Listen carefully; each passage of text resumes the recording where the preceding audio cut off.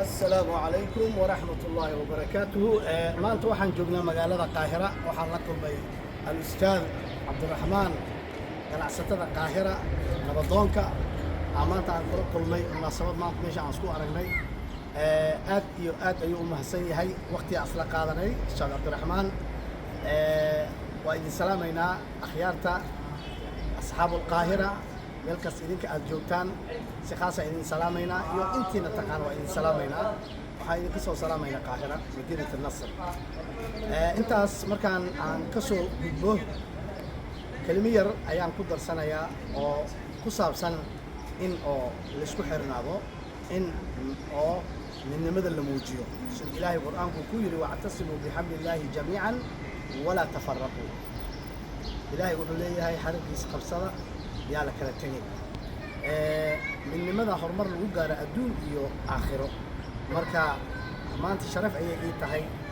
عبد الرحمن أو القاهرة أصله هني oo odayaashii ku jiro oo maanta agtay taagan aad iyo aad ayaan ugu farxay Cabdiraxmaan maxaa leedahay hal iyo labo akhyaarta bismillaahi wasalaatu wasalaamu ala rasuulillah farxad weyn bay ii tahay inaan la kulmo Sheekh Cabdilwahaab Qurow oo aan nahay saaxiib hore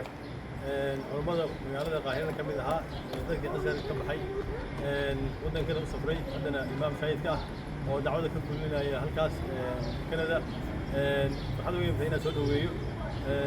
Sheekh Cabdilwahaab Qurow soo dhaweeyo magaalada Qaahira jazaak Allah khayr aad ku soo dhaweeyo kulli wada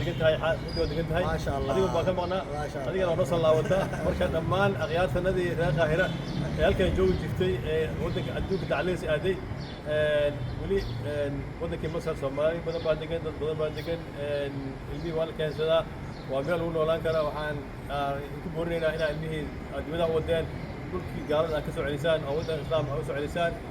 أرسل وتان غيره. عبد الرحمن وايد اللدر داربي وأوجدان تكسير لقى فريق قاهرة وأوجدان مركا عشان هل إمادو بهاي مركا وأوجد عبد الرحمن وما تقدر يراه هذه هذا السلام عليكم ورحمة الله وبركاته.